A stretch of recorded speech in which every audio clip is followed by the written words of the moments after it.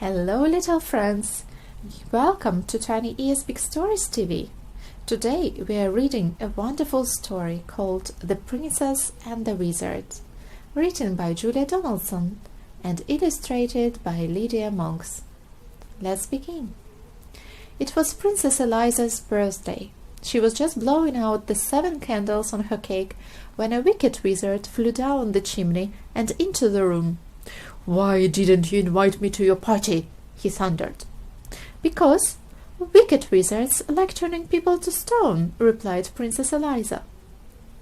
"So they do," said the wizard, and with a flick of his bony fingers he turned the king, the queen, and all the party guests into stone.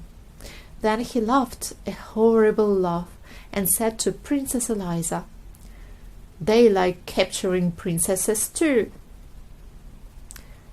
Just then there was a whirling of wings, and in through the window flew the princess's fairy godmother. She was late for the party. When she saw what had happened, she waved her wand and said, "The princess may try 7 times to escape by changing her color and changing her shape." The wizard just laughed his horrible laugh and said, "Changing her color and changing her shape will never help Princess Eliza escape." Then he snapped his bony fingers again and turned the fairy godmother to stone. The wizard whisked the princess up the chimney and carried her away to his tall, dark castle. He locked her into the cellar, where she cried herself to sleep. The next day was Monday. The wizard unlocked the cellar door. He was holding the big red book which contained all his magic. "This is your first chance to escape," he said. "I shall count to 100, and then I shall come and find you." He opened his book, closed his eyes, and began to count. Princess Eliza ran outside. The moat of the castle shone blue under the blue sky. She jumped into the water and turned herself into a blue fish. 98, 99, 100. The wizard opened his eyes, looked in his magic book, and read, "To find where Eliza is hiding from you, look in the moat for the fish that is blue." He fished Eliza out of the moat and took her to his kitchen, which was full of blue plates and pots and pans. They were all covered in dried-up food. "So you like blue, do you?" he said. "Then set to work and wash." And he locked her in. On Tuesday morning the wizard unlocked the kitchen door. He looked at the clean plates and pots and pans, and he grunted. Chance number 2, he said. Then he opened his book, closed his eyes, and began to count. Princess Eliza ran to the farmyard. She turned herself into a yellow chick and hid in some straw. But the wizard read in his book, "The straw in the farmyard is yellow and thick, Princess Eliza's disguised as a chick." He scooped Eliza up and took her to a cupboard which was full of yellow socks. They all had holes in them, made by his pointed 2 nails. "So you like yellow, do you?" he said. "Then set to work and darn." And he locked her in. On Wednesday morning the wizard unlocked the cupboard door, looked at the darned socks, and grunted. "Chance number 3, he said, and he opened his book, closed his eyes, and began to count. Princess Eliza ran to the meadow. She changed herself into a green grasshopper and hid among the grass blades. But the wizard read in his book, "The grasshopper princess is easily seen, chirping away in the meadow so green." He caught Eliza in a net and took her to his green bathroom.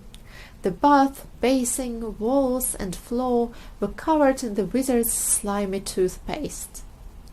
"So you like green, do you?" he said. "Then set to work and wipe." And he locked her in.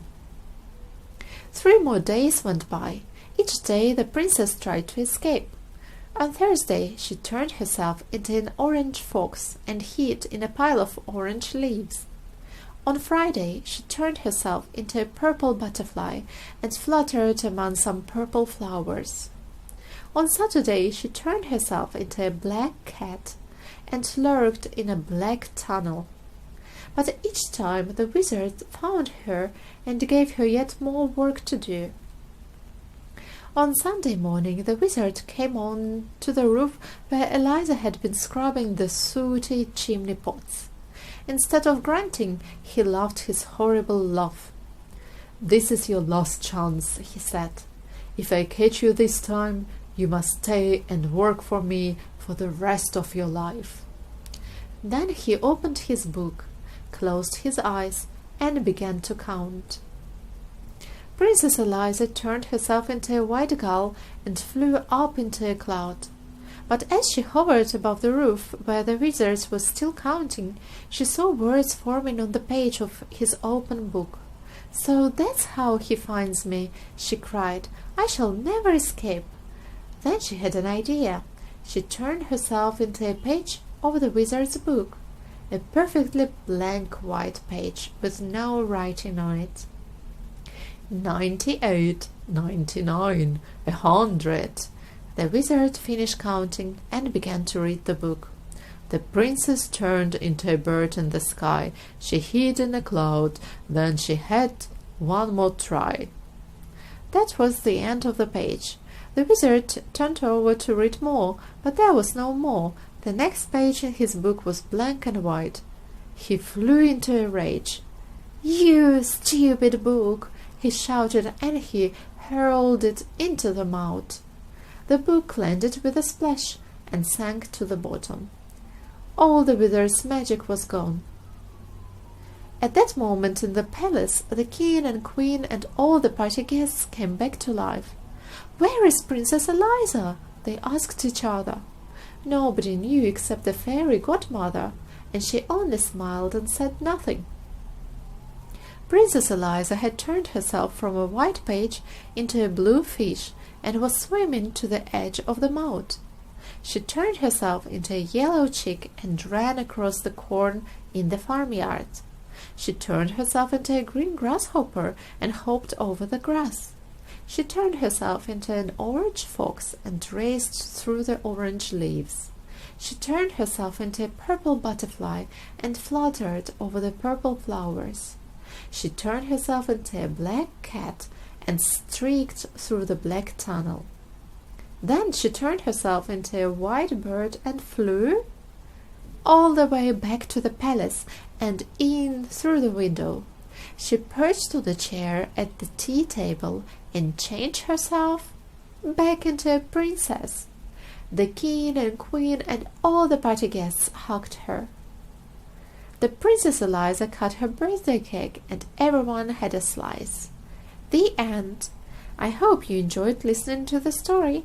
Don't forget to subscribe to Tiny Ears Big Stories TV for more fun stories like this one.